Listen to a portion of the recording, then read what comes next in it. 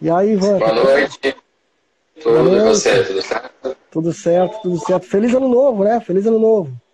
Feliz ano novo, é isso aí, Será um grande ano, com toda certeza, sem dúvidas, faremos. né? Isso. Já voltou de férias? Como é que foi as férias aí, tranquilas? Já estamos na ativa, né?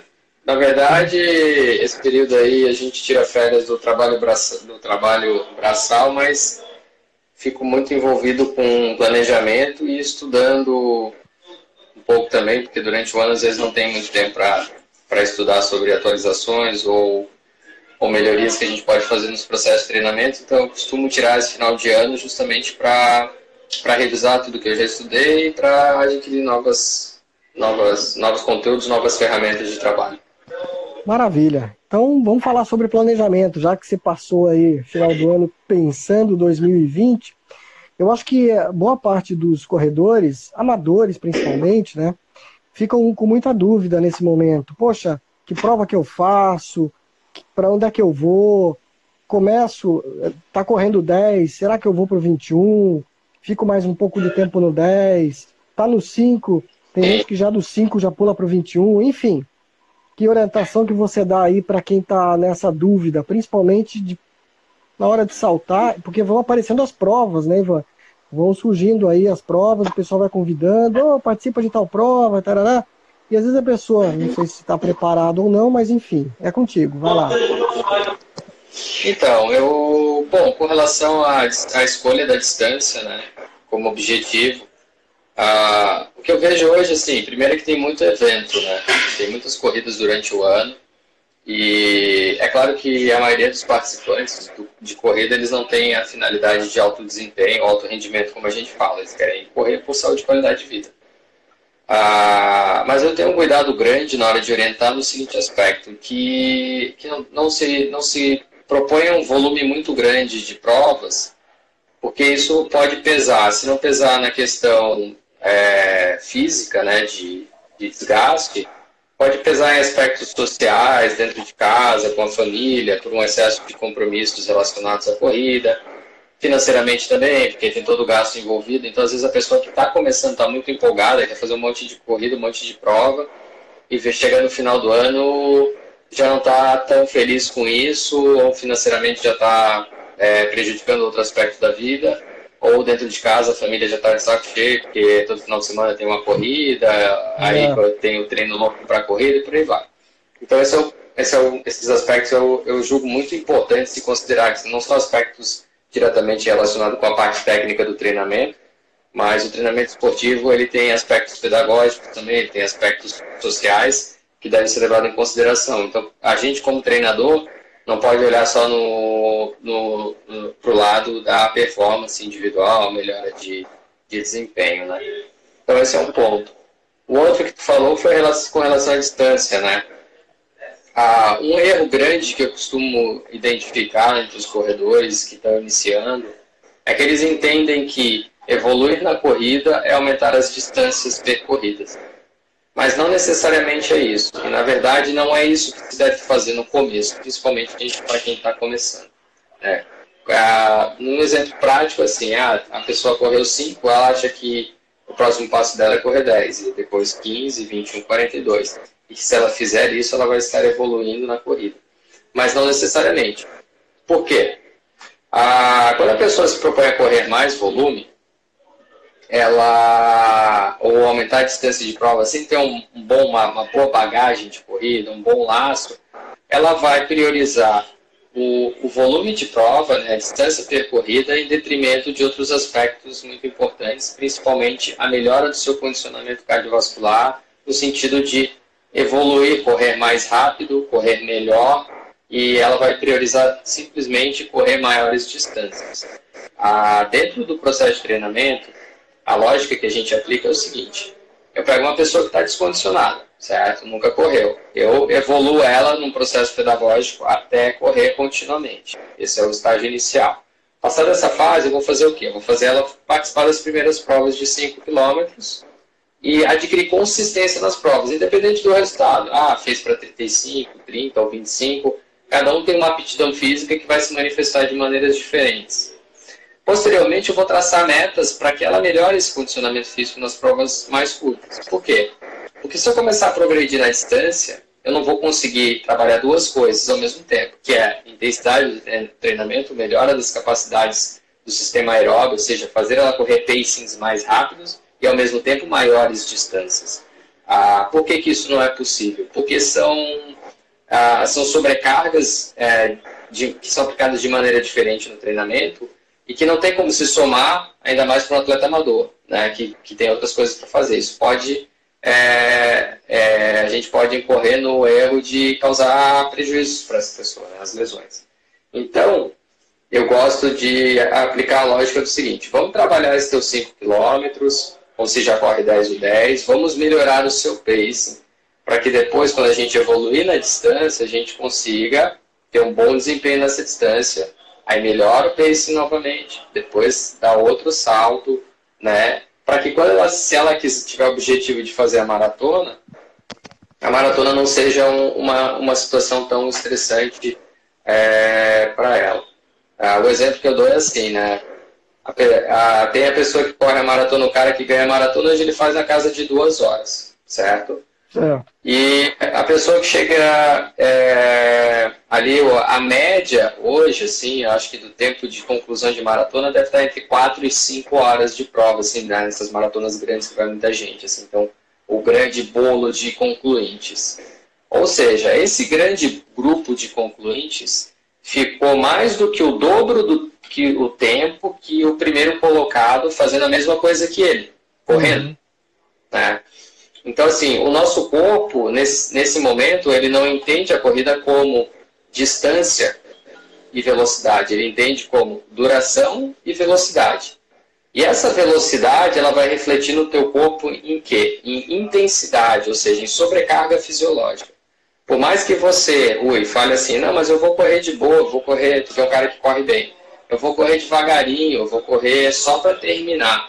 E eu vou fazer em 4 horas a prova, o que para ti é tranquilo, mas isso vai representar uma intensidade fisiológica para o teu corpo em torno de 75% a 80% do seu máximo, certo?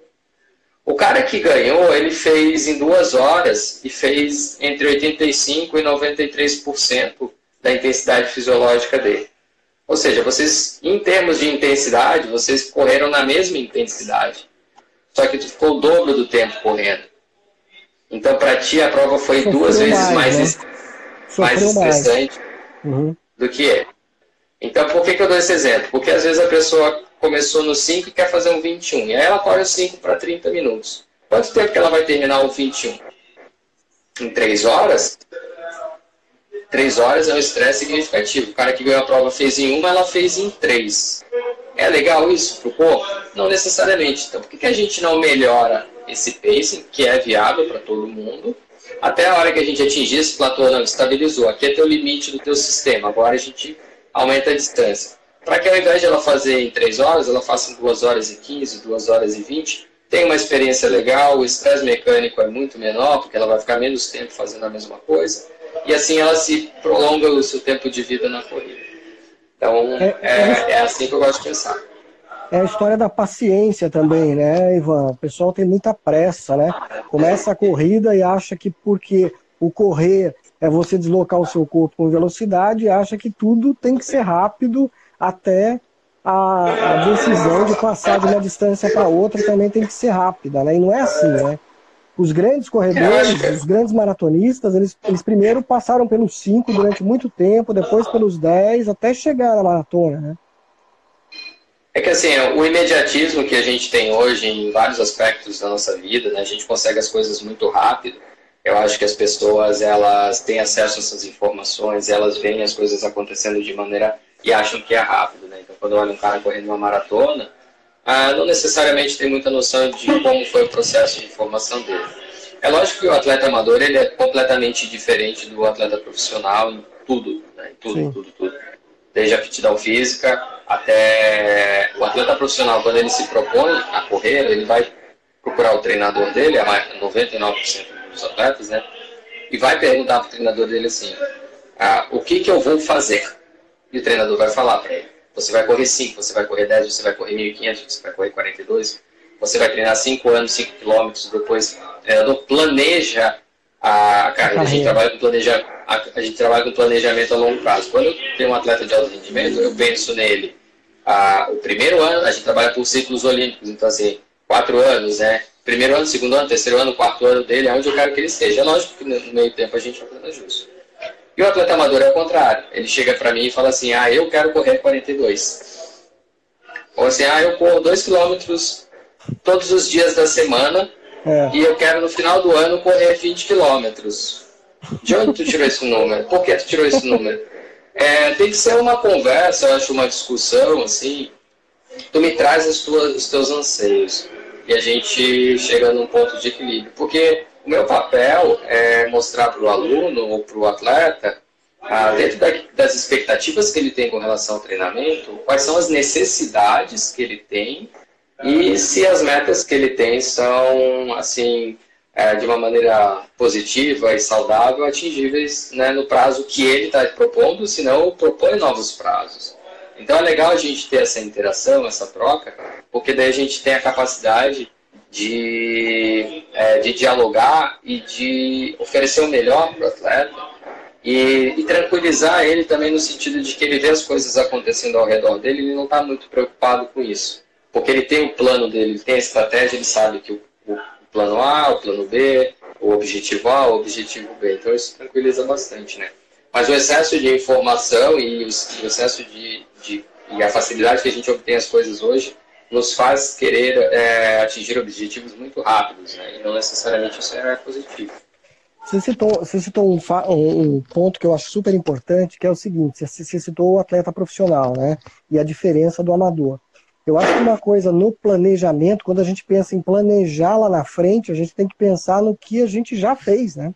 Ou seja, não dá para você planejar uma coisa sem ter percorrido um caminho, né? Então na corrida da mesma forma, eu não posso pensar em correr 21 se eu sequer estou correndo bem os 5. É por aí, né? Como você já disse. Exatamente. No processo de treinamento, a gente tem que considerar toda a bagagem histórica que o atleta tem, e não só na modalidade específica, mas às vezes de outras. Como é que se diz? E o inato dele, que é o que ele nasceu com, né? Então, assim, tem pessoas que têm muita facilidade, predisposição, biotipo, e que vão galgar a passos largos os objetivos sem prejuízos para o corpo. Mas você nem... Opa! Vamos lá, vamos ver se retorna.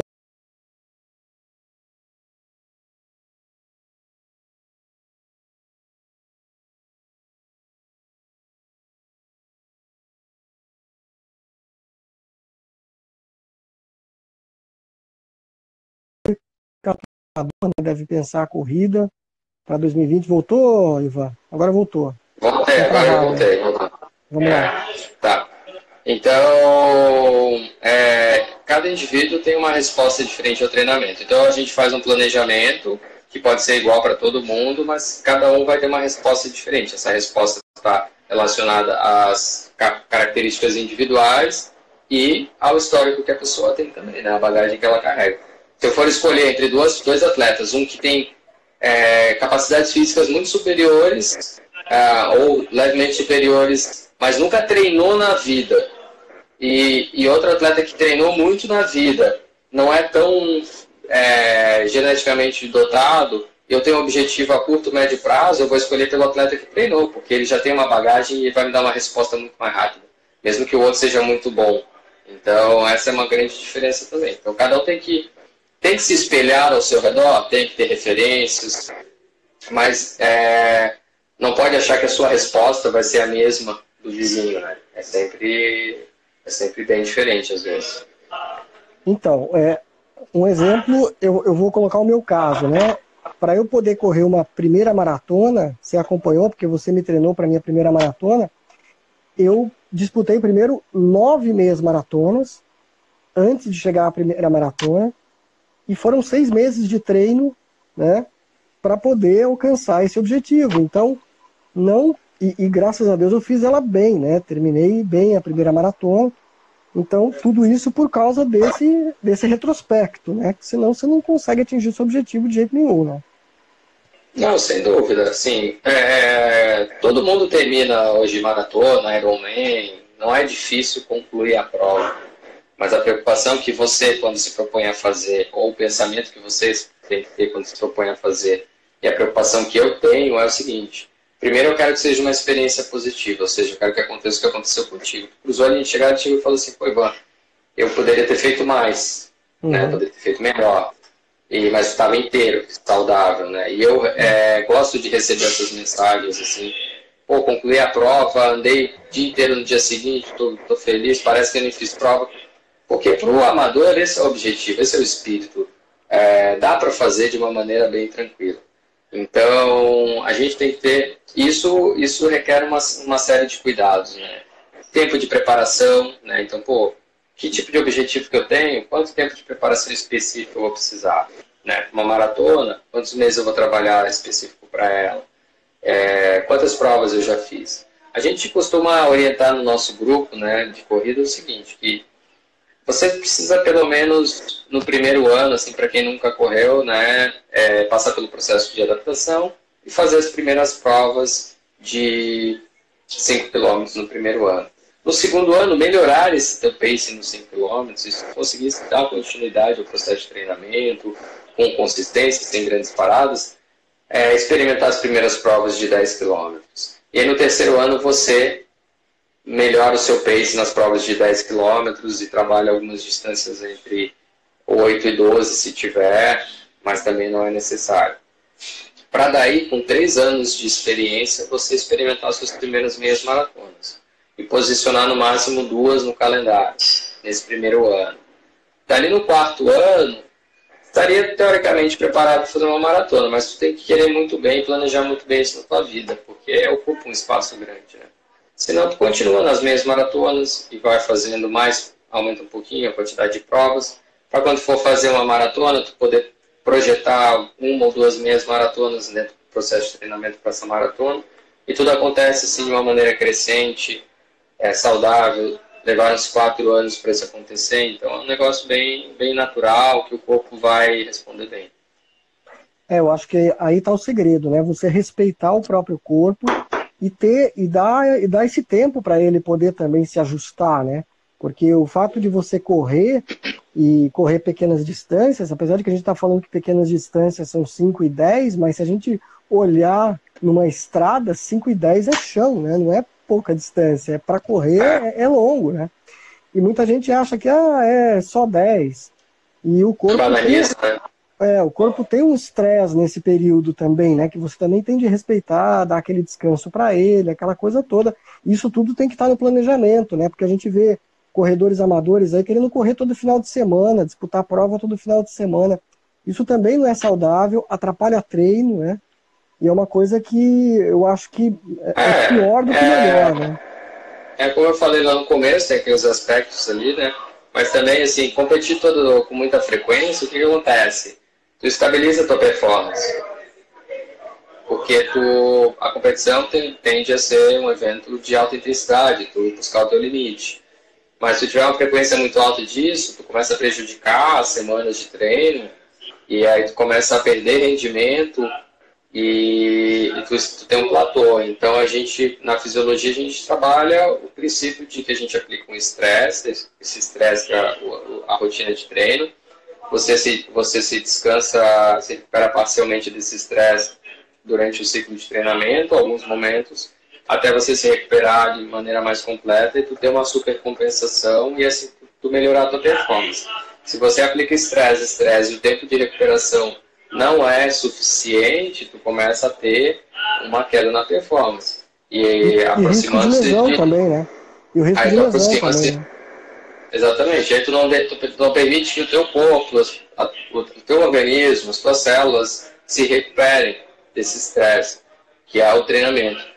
E aí ele começa a acumular carga. Então, fraturas por estresse, lesões crônicas inflamatórias, desgaste físico, e aí uma infinidade de coisas que pode acontecer.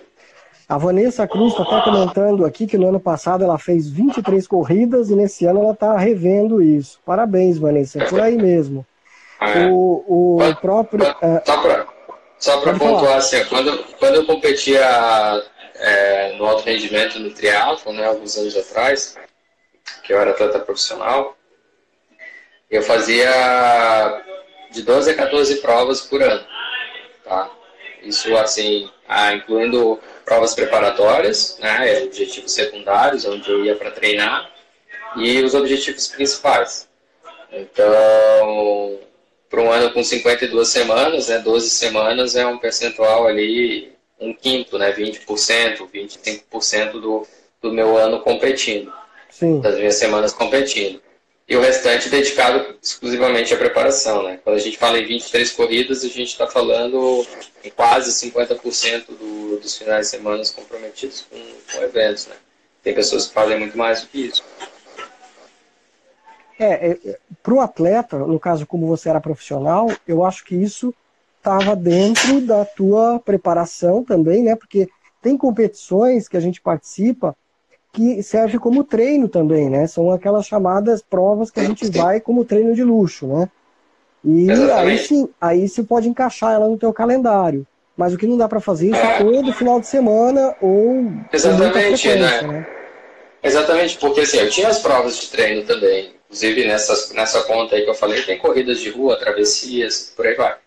Mas o que Uhum. acontece, assim, se você prova treino, é uma forma da pessoa se consolar, entendeu? Porque assim, prova é sempre prova. Sim, Eu fui para trotar, beleza, tá, tranquilo, mas assim, a maioria das pessoas não vai só para trotar, ou só para caminhar, ou só para passar. E assim, tá, eu tinha um longo para maratona, eu tinha que correr 32, eu fiz os 21 e daí completei a distância. Legal. Eu tinha um longado final de semana que era 10, aí eu fiz 5 no pau na prova e trotei mais 5.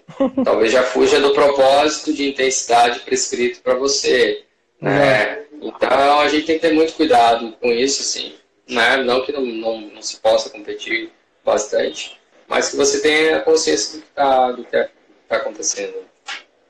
Eu sou um cara que eu não posso ficar competindo sempre, porque eu quando vou para uma competição, eu quero dar o meu máximo. Então, se eu fizer toda a competição o meu máximo, eu me arrebento, né? Então, eu já evito. Exatamente. É, Isso aí a gente tem que ter muito cuidado, né? A maioria das pessoas não consegue se conter tanto assim. Porque, exatamente. mas, pô, aquele que está começando, às vezes, o correr por si só é muito próximo do máximo dele, Pois é. entendeu? Então ele coloca que é um treino, mas pô, será que ele estava pronto para fazer aqueles 5, aqueles 7, aqueles 8 de prova treino? Né? Será que ele estava realmente preparado? Então, sempre vai ser uma intensidade um pouco mais puxada, né? Tem esse cuidado que a gente tem de ter, né? Até o Júnior aqui do Desafio Running está comentando que no verão 10 quilômetros parece 15, né? O desgaste, claro, é maior, né? Tem isso também, né? Agora a gente tem Tem, janeiro, prova em fevereiro, prova em março. São meses quentes, exige muito mais do corpo também, né? E os riscos de lesão para você, para o resto do ano, pode comprometer o resto do ano, né? Se você abusar, né?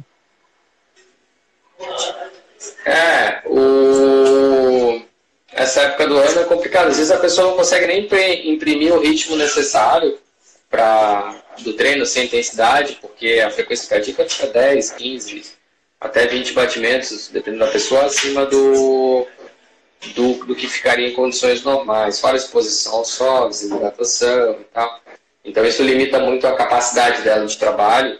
E às vezes ela chega na competição e tinha na cabeça uma coisa que ela fazia no final do ano, quando estava super bem treinada e o clima estava legal, e chega numa prova em janeiro, que tem uma subida muito mais dura, vai tentar correr mais ou menos parecida e aí se força e não é uma experiência tão boa. Então é saber dimensionar também, né? Fazer os ajustes, pô, se está mais quente, se a umidade está muito alta, não vou ter uma boa termorregulação, tem que baixar o nível de intensidade aqui, né? E o nível de expectativa também, acima de tudo, né? Pois é, em tudo isso que a gente está falando, mora a história de você ter um profissional que te oriente, né? Eu acho que todo corredor amador, a gente sabe que precisa de uma orientação, não dá para ele buscar um desempenho melhor, uma performance, né? Sem uma orientação, porque senão aquela história que a gente acabou de comentar. Ele corre o risco de se machucar, corre o risco de ter uma vida curta na corrida, né? E de se decepcionar, enfim, e acabar interrompendo um processo que poderia ser longo e saudável por uma bobagem, né? Vaidade ou, sei lá, despreparo, enfim. Aí tá importante. Tem pessoas que... o profissional, ele pode agregar uma série de valores ao teu dia a dia no treinamento, né? Então, não é porque eu trabalho com isso que eu estou falando, mas é porque eu acredito realmente nisso, né? Então, eu me dedico a estudar, eu tenho experiência e vivência como atleta, eu tenho experiência e vivência como treinador. Então, é uma soma de recursos que a gente tem a capacidade, a partir dele, de transmitir para vocês, atletas, e encontrar a melhor fórmula. Né? Não que exista uma ultra personalização do treinamento, onde cada um vai fazer uma coisa muito diferente e tal, mas a gente tem que ter a capacidade de interpretar sinais e sintomas relacionados à resposta de cada atleta no treinamento, e isso que é a real personalização do treinamento. Não é o personalizar o que eu entrego para você, é eu interpretar o que você me devolve a respeito daquele treinamento. Eu posso pegar um programa de treino, uma série igual, para 10, 20, 30 pessoas, todo mundo fazer a mesma série dentro da intensidade proposta. Cada um vai me trazer um feedback diferente. Esse feedback que é a personalização. É que como a partir desse feedback eu vou conduzir dali para frente, entendeu? Então o profissional ele tem que estar capacitado a fazer essa leitura, né? A motivar na hora certa, a segurar a motivação na hora necessária. Essa é a capacidade. Essa é uma coisa muito interessante sobre o imediatismo ali, né, que a gente falou. Que eu já estava mexendo nos papéis aqui, eu fiz até um post aqui no Instagram, lá no meu Instagram. E acabei encontrando uns certificados de conclusão de prova. Antigamente não tinha resultado na internet, nada. A gente ganhava um papelzinho impresso assim com as parciais no triatlon, né? E o tempo de corrida, a colocação, vinha tudo assim. Algumas provas entregavam isso já logo depois da chegada, outras mandavam para nossa casa. E aí eu encontrei 2 certificados do triatlon de Caiobá, uma prova que hoje é o triatlon mais tradicional do Brasil, porque acontece regularmente todo ano, há muito tempo ali, o Sesc de Caiobá, do ano de 2000 e no ano de 2004. A mesma prova, no mesmo lugar. E o legal é que o Sesc é uma prova assim, onde o percurso nunca mudou, na corrida, no ciclismo, a natação, lógico, que tem variações por questões do mar. Então, é uma prova que tu consegue se balizar, né? E no começo do ano, tu conseguia ver assim, minha performance esse ano foi X, ano passado foi Y, o que tu melhorou, o que tu não melhorou. E nesses 4 anos, entre diferença entre provas, que eu tinha o certificado da prova de 2000, eu tenho as outras, né? Mas entre 2000 e 2004, em 2000 eu comecei a treinar como atleta profissional, parti para a categoria profissional no triatlo, até 99 eu competia nas categorias por idade. Em 2000 eu comecei a participar no profissional. E já fazia triatlon desde 93, 94. E aí o que aconteceu? Entre 2000 e 2004, eu melhorei 7 minutos na prova. Eu levei 4 anos para melhorar 7 minutos em uma prova de 2 horas. Tá? O que é bastante, é muito. Bastante. É bastante, mas eu levei 4 anos de treinamento. É gradual, né? Gradual. Treinamento, assim. Então tem gente que chega e quer melhorar 5, 10 minutos numa prova de 5 quilômetros. De um mês para o outro. De um mês para o outro, ou num ano, sabe?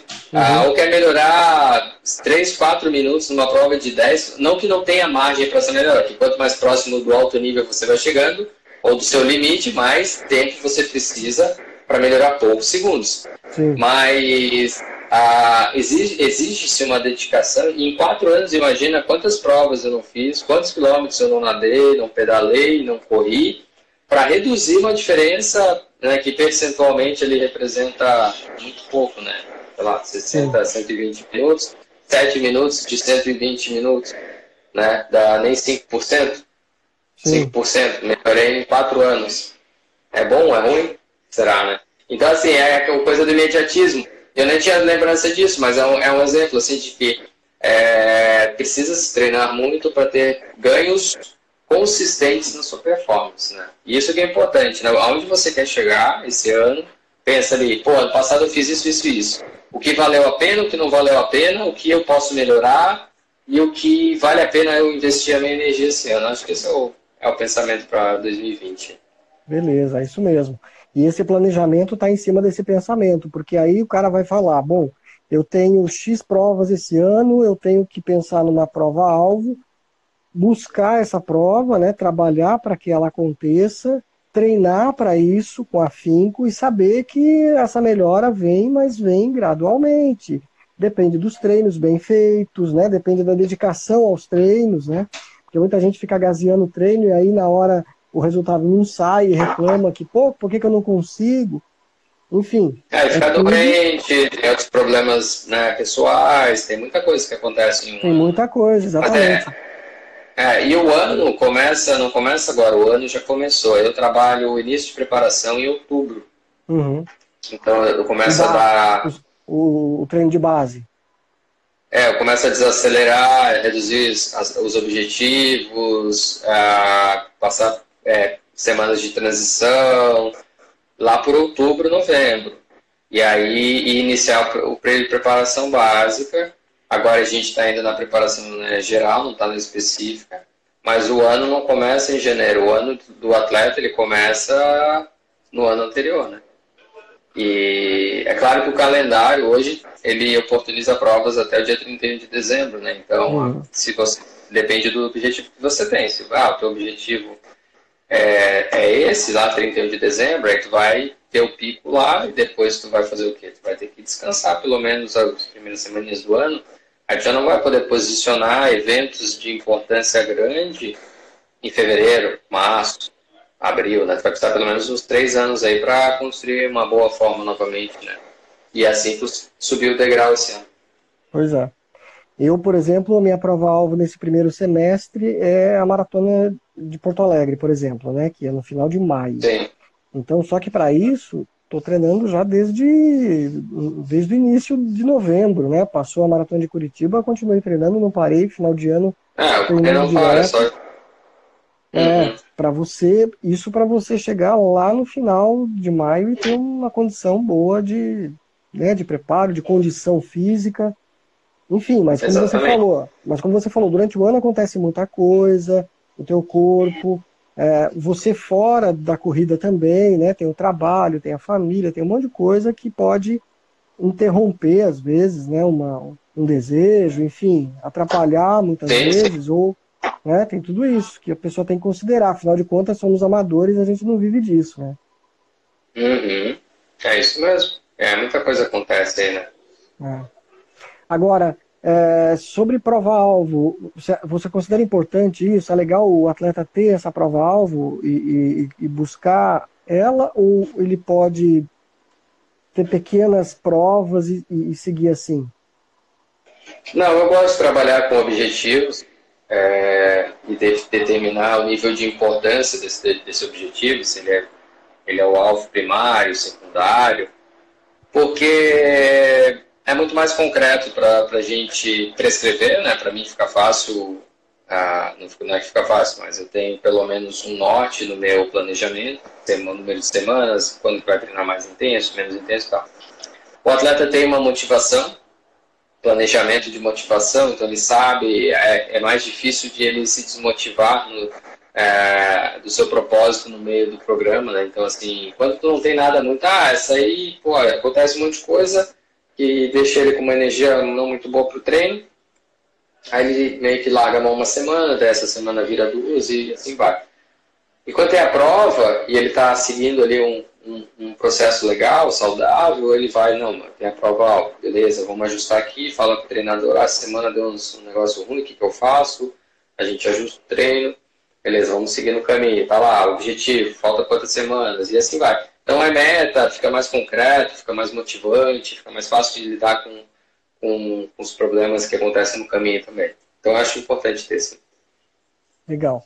E aí que claro que em cima dessas metas você tem que ter todo uma planilha, né? Tem que trabalhar toda uma dosagem de treino para não ficar tirando para tudo que é lado, né? Não fazer os treinos de acordo com a tua cabeça, né? Aí volta de novo a questão da orientação, né? Não fazer muito treinamento aleatório, assim, né? Tipo, hoje deu vontade de correr isso. Quando a gente faz sem ter algo proposto e planejado, a gente costuma fazer aquilo que a gente gosta e aquilo que a gente se sente bem. Seja isso se sentir bem e não sofrer muito, ou seja se sentir bem sofrendo muito, porque tem gente que gosta de sofrer sempre nos treinos, sentir a intensidade. Tá? Então, assim, o processo de treinamento, a gente tem uma infinidade de recursos. Né? Periodização, existe N formas de se trabalhar, métodos de treinamento também. Então, com o tempo, eu vou desenvolvendo o meu perfil de trabalho, entendendo que para o meu público que dá resultado. Ao mesmo tempo, eu vou mudando para deixar didaticamente mais interessante para o meu cliente, ou seja, para não ficar uma coisa muito maçante, repetitiva. A gente alterna, às vezes, troca 6 por meia dúzia. O treino tem o mesmo objetivo, mas ele é feito de maneira diferente, para que seja interessante para você fazer. Então, a gente tem um monte de recursos para trabalhar isso. E tem as prioridades de cada período. Né? Eu tendo uma prova-alvo, saber a distância, a intensidade, sabendo como é meu atleta, eu vou saber o que eu preciso priorizar no treinamento dele. Quais são as qualidades que eu preciso desenvolver mais, quais são as qualidades que eu não preciso desenvolver tanto, e como eu vou fazer isso e em que tempo que eu vou fazer. Então, o treinamento esportivo basicamente é isso. É isso aí. Então, vamos dar uma colher de chá aí para a turma que está acompanhando a gente. Agradecer aí, né, a galera que está, um monte de gente entrou, saiu. O legal do Insta é isso, né? Mas a Clarice Kunz aqui, a Clarice corre muito. A Malu Batista, o Fábio, o Vanderlei, a galera aí que está online. Isabel de Souza entrou agora, legal, Isabel. Enfim, o pessoal que está aí no online aí. Fala da Companhia da Corrida aí, o pessoal que quiser acessar a companhia, como é que faz, quem está em Joinville. É Joinville e Camboriú, né? E Floripa? Como é que tá aí? A gente tá em Joinville. Hoje a gente tem parceria com uma assessoria em Camboriú, da Alessandra, da Riders, né? Mas hoje a gente continua aqui, é o 16º ano nosso de trabalho, a primeira assessoria no Norte Catarinense, e continuamos desenvolvendo as atividades aqui na pista do Parque Hansen, né? A gente está com horários matutinos às segundas e quartas, 6h30 da manhã, e horários à noite das terças e quintas às 18h30 às 20h30. E quem tiver interesse em conhecer nosso trabalho, de dar um treino avaliativo, conversar com a gente, é só me chamar aqui ou entrar no Insta da companhia ou falar com o Careca aí para dar um toque e a gente sai para treinar junto. Legal, é isso aí, Ivan. E bora treinar, né? Amanhã tem treino e assim segue, semana fora, mês adentro, ano adentro. Vamos fazer desse ano mais um ano feliz aí na corrida de rua. E tu tem também uma meta esse ano que eu achei muito legal, que é a história das Olimpíadas, né? Você vai para Tóquio, é isso? Sim, bom, eu sou treinador na Paralimpíada, né? Eu sou treinador do triatlon paralímpico. Eu tenho um atleta, né, que é o Jorge Fonseca. O Jorge Fonseca é um dos melhores atletas do mundo na classe dele. E ele está matematicamente já classificado para os Jogos Paralímpicos de Tóquio. Mas mesmo assim a gente tem esse ano um calendário bem denso de provas e preparação. Então a gente tem eventos do circuito mundial ainda, que vão servir de preparação para os jogos e para defender pontuação no ranking. A gente tem treinamento em altitude previsto para melhora da performance, a gente tem aclimatação no calor, a gente tem bastante coisa aí. Então esse meu ano ele está bem comprometido nesse aspecto assim, de me dedicar. Na verdade isso começou já faz 8 anos atrás, né? É uma coisa que passa muito rápido, né? Mas depois que eu identifiquei o potencial no Jorge, depois que a modalidade do triatlo entrou nos Jogos Olímpicos que estreou no Rio, 2 anos antes do Rio, a gente já começou a se dedicar a isso. E eu sempre soube que o Jorge tinha chance de se classificar, isso é uma certeza que eu sempre tive. E uma outra certeza que eu tenho também é que ele é competitivo a ponto de disputar uma medalha.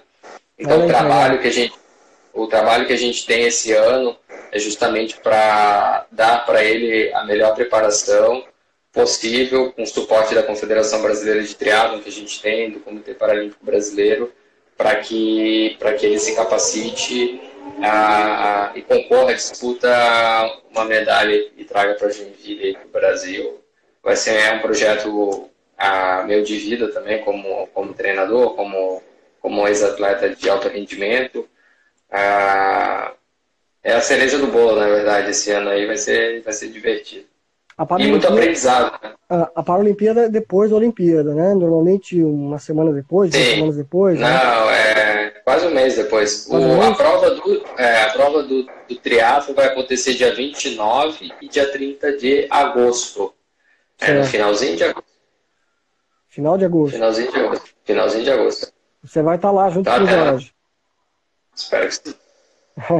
Legal. Não, sem dúvidas, assim, a gente tem uma equipe técnica bacana na confederação, então tem eu e mais outros 2 treinadores, cada um tem o seu atleta, que já está muito próximo também da classificação. Provavelmente a gente vai estar com 3 ou 4 atletas no paratriatlon, né? 3 é praticamente certo já, tem um 4º atleta entrando na jogada aí. E entre nós treinadores, a gente tem uma sinergia muito boa. A gente cuida do nosso atleta e cuida do atleta dos outros, que a gente se reveza nessas viagens, nas competições, porque é uma agenda muito, muito puxada, desgastante, né? Eu acabo me ausentando muito daqui, mas a gente tem uma sinergia boa. Esse trabalho eu acredito que vai resultar em frutos muito legais, assim. O Mundial ano passado, o Campeonato Mundial, eu não estava presente, mas o Jorge foi lá e conquistou 5º lugar, o Carlinhos também conquistou 5º lugar, assim, são resultados muito expressivos no Campeonato Mundial da modalidade, sabe? E é todo um trabalho conjunto, o apoio confederativo, o apoio do Comitê Paralímpico, sabe? Acreditando no projeto e viabilizando isso para os atletas e para nós treinadores. Então é uma realidade assim, que a gente está vivendo que é muito bacana. Você teve em Tóquio agora, foi no ano passado, né? Que você foi para lá. Sim, estive no evento teste, que foi em agosto do ano passado. Isso. Em Tóquio foi exatamente como vai ser nos jogos, mesmo percurso, mesmo lugar, tudo bonitinho, como vai ser, o mesmo calor insuportável que vai ter lá. E participei com o Jorge lá do evento teste, para a gente conhecer, então foi legal que a gente já conheceu todas as condições, e a partir delas a gente também conseguiu planejar bem a preparação desse ano. Legal. É isso aí, vamos fazer desse ano um ano olímpico. Agradecer a galera que entrou agora aí, o Douglas, a Amanda, o Armando, a Babi Beluco, olha que legal, a Babi entrou aí também. A Babi, rapaz, é uma menina rápida, sub-3 na Maratona de Chicago, ela arrebentou aí. Não é mole. Tem passo. Essa menina é modelo catarinense e que corre muito. Legal. O Faquini e Dani também. A Dani, legal. Obrigado aí todo mundo que está online. Valeu. Agradeço mais uma vez aí. Vamos. Eu que agradeço a oportunidade. Aí. Legal. Obrigado, Careca. Estamos aí quando precisar. E Sim. Parabéns aí pelo teu trabalho, pela comunicação, por trazer sempre informação aí para o nosso universo. Eu que agradeço. E você falou do Jorge, já estou agendando com o Jorge uma entrevista também para ele falar aí dessa preparação dele para Tóquio. Legal. Um abraço. Legal. Beleza. Boa noite para todos e até sábado. Sábado tem outra live. Aí a gente vai entrevistar um corredor. Valeu. Valeu, então. Um grande abraço. Boa noite. Falou. Valeu. Boa noite. Tchau. Obrigado aí, Boa noite. Obrigado.